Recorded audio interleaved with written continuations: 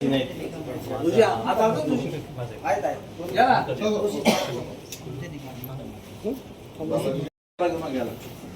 नाही हा पाठवलं हेमंतची गाडी पाठवली आम्ही तुम्हाला घ्यायला काय कमाल आहे आमच्या जिल्ह्यात तुम्ही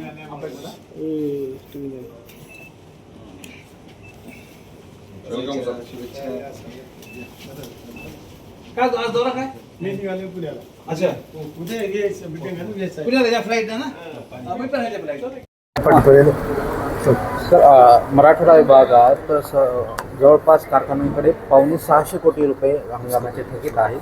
उसाचं पेमेंट का पेमेंट म्हणजे कारखान्याने द्यायचे 550 कोटी रुपये जवळपास थकीत आहेत. मात्र तो हप्ता दिला गेला. आता कालपुरा कारखान्याला RRC काढलेले आहे त्यांच्यावर कार्यवाही होणार आहेतच. तसं बघितलं तर कारखानदारी खूप अडचणीत आलेली आहे. सरकारकडे मीटिंग घेतली, केंद्र सरकारकडे जाऊन आतापर्यंत FRP 6 वेळेस वाढली, MSP एकदा देखील वाढली नाही. त्या संदर्भात मुख्यमंत्री साहेबाकडे बैठक लावली आणि त्यांनी म्हणले आपण केंद्रात जाऊ, त्यात काही तोडगा काढू, अडचणीमध्ये आहेत. आणि मग ज्याचे काही मागले राहिले आहेत 75% दिले असेल तर त्यांना एक सवलत मिळू शकते. तसं तर त्यांच्या त्याप्रमाणे कारवाई चालूच आहे. 21 शुगर जो कारखाने आहेत त्यांच्याकडे जास्त थकीत आहे का नाही बोलतो त्यांना. मला ज्या फिगर काही असली तर मी बोलतो 21 शुगर जो आहे नांदेड लातूरचा नांदेडमध्येही त्यांचा कारखाना आहे. जवळपास 86 कोटी त्यांच्यावर. ठीक आहे, मी कमिशनरला बोलतो. कमिशनर काय नाही तिथं. कमिशनर हे गेलेत निवडणुकीमध्ये काय आपले साखर आयुक्त, तरी खाली जी यंत्रणा आहे त्यांना सांगतो मी. सुप्रिया 6 महिने शेतकऱ्यांना पैसे मिळत नाहीये.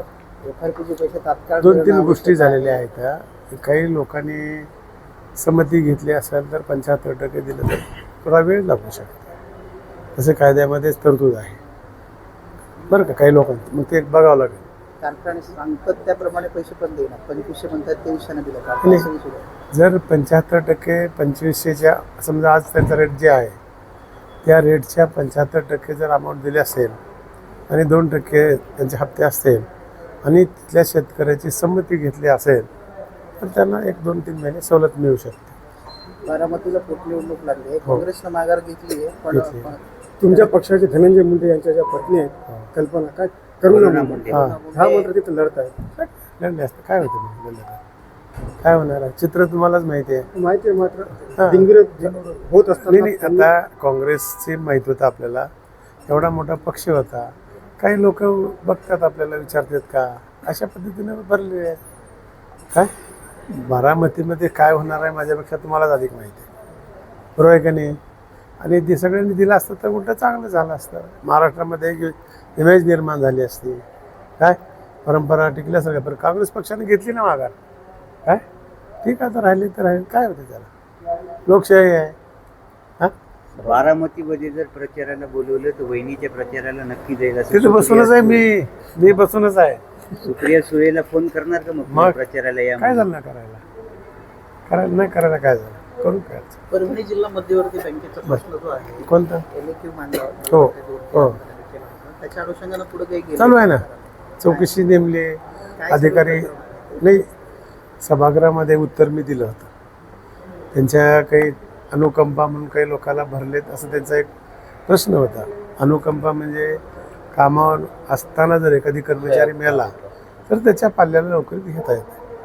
पण प्रश्न विचारण्याचं कर्त्याचं म्हणणं असं होतं की 1 वर्ष 2 वर्ष शिल्लक असताना त्या ठिकाणी अनफिट दाखवून भरती केली.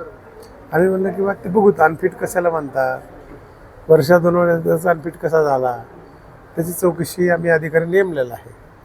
काय तर तो चौकशी करता अधिकारी, त्याच्यानंतर निर्णय घेऊ आपण. आमच्या इथं